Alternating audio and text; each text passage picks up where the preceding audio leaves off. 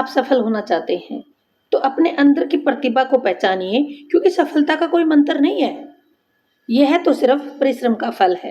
प्यारे बच्चों, आज मैं आपके लिए लेकर आई हूँ summary of the poem my mother at 66 related to our 12th class English syllabus. Dear student, this is a very simple poem.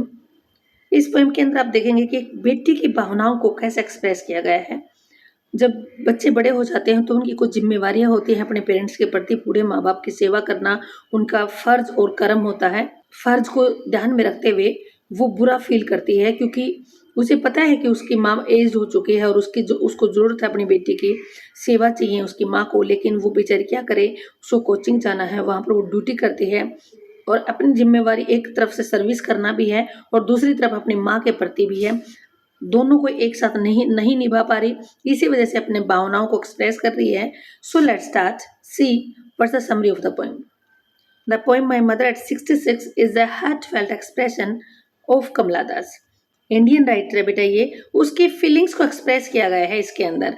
Heartfelt होता है उसके दिल में कैसी फील हुआ है, उन एक्सप्रेशंस क्या होता है बेटा, अपनी भावनाओं को व्यक्त करना, बताना।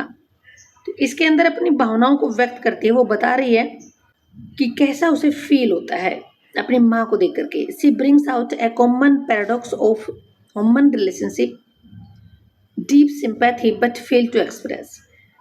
इसके अंदर कॉमन पैराडॉक्स क्या होता है बेटा, विरोधाभास, जिसमें विचारों में विरोधाभास हो। ह्यूमन रिलेशनशिप, मनुष्य के जो रिलेशनशिप होते हैं अपने, उनके संबंध होते हैं, उनकी तरफ देखते हुए उनके माइंड में जो विरोधाभास चल रहा होता है उसी के बारे में बताया गया है। और ये हर किसी के साथ ऐसा होता है बेटा, लाइफ में कभी न कभी ऐसा कोई टाइम जरूर आता है जब वो अपनी ड्यूटीज को नहीं निभा पाते और उन्हें बड़ा दुख फील होता है। Deep sympathy but fail to express, बहुत गहरा अटैचमेंट है माँ के प्रति, दया आ रही है उसे, परंतु वो एक्सप्रेस नहीं कर पा रही, उनको फेल हो जाती है एक्सप्रेस करने में कि हाँ माँ, मुझे पता है कि मेरी एक जिम्मेवारी है, मुझे सेवा करनी चाहिए आपकी, बट मैं नहीं कर पा रही, वो एक्सप्रेस नहीं कर पा रही इसी वजह से, क्योंकि वो करने का कोई फायदा भी नहीं है जब वो जाना ही है उसे। तो she shares her love and concern for her ageing mother, वो बताती है कि वो कितना प्यार करती है और कितनी उसे कंसर्न है, चिंता है बेटा अपनी बूढ़ी माँ के प्रति। एजिंग मदर क्या होती है, जो बूढ़ी हो रखी है, उस माँ के प्रति उसकी क्या चिंता है उसको अच्छे से बता रही है। While going to the airport, she sees her mother's pale and weak face. जब वो एयरपोर्ट की तरफ जाती है तो अपनी माँ के पीले और कमजोर चेहरे की तरफ देखती है। She looks as pale as a corpse. उसकी मम्मी उतनी ही पीली दिखाई दे रही है जैसे कि एक बेजान इंसान होता है, डेड बॉडी होती है, उसमें बिल्कुल जान नहीं होती, कोई शाइनिंग नहीं होती, उतनी ही पीली दिखाई दे रही है। The poetess feels sad and afraid of losing her. Sad feel कर रही है, उसे डर लग रहा है, अफ्रेड मीन्स डर लग रहा है कि वो खो ना दे, लॉसिंग खो ना दे अपनी माँ को। To avoid these painful thoughts she looks outside at young trees and happy children playing.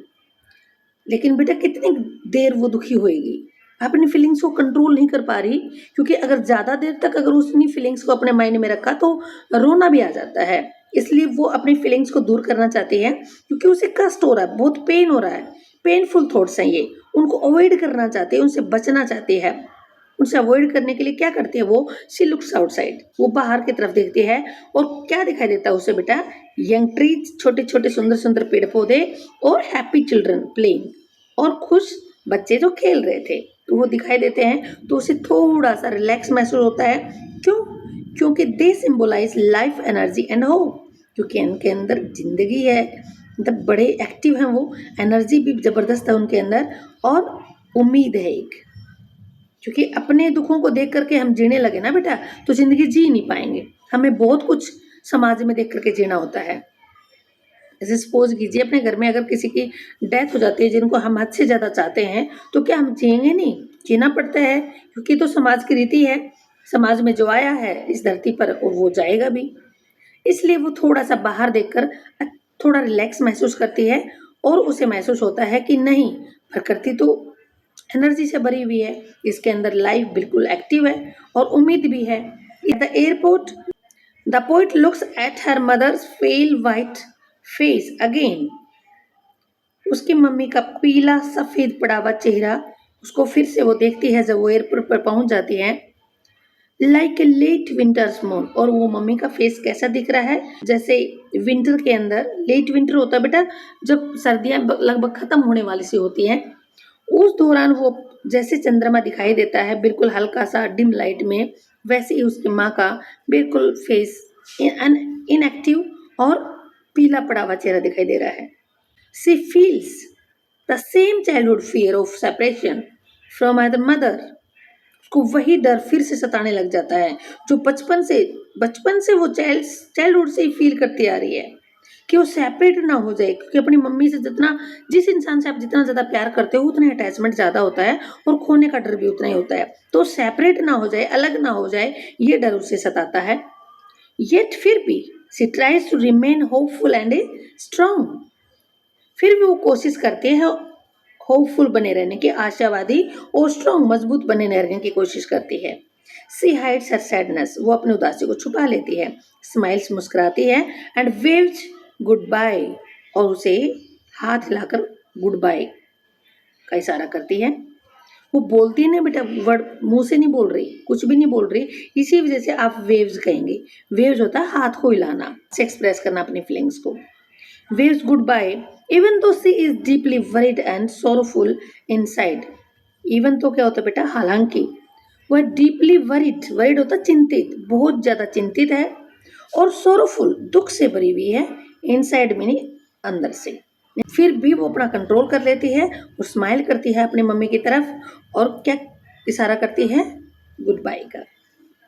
This poem beautifully shows a daughter's love, fear of separation and acceptance of ageing. इस पोइम ने बड़ी सुंदरता से दिखाया है, क्या दिखाया है, एक बेटी का प्यार, एक बेटी का डर अलग होने का, और बुढ़ापे को स्वीकार करना। एजिंग क्या होती है बेटा, बढ़ती हुई उम्र, एक्सेप्टेंस होता है स्वीकार करना, बुढ़ापे को स्वीकार करने की जो फीलिंग्स है उसकी कि हाँ एज बढ़ रही है, ऑब्वियसली एक समय ऐसा आएगा कि डेथ भी होगी, और हर इंसान की होती है बेटा, इसलिए वो इस फीलिंग्स को स्वीकार कर लेती है और मुस्कुराते हुए चली जाती है अपनी मम्मी को बाय का इशारा करते हुए। प्यारे बच्चों, मुझे उम्मीद है ये पोएम की जो समरी है आपको बिल्कुल अच्छी लगी होगी, कंसेप्ट बिल्कुल क्लियर हुआ होगा।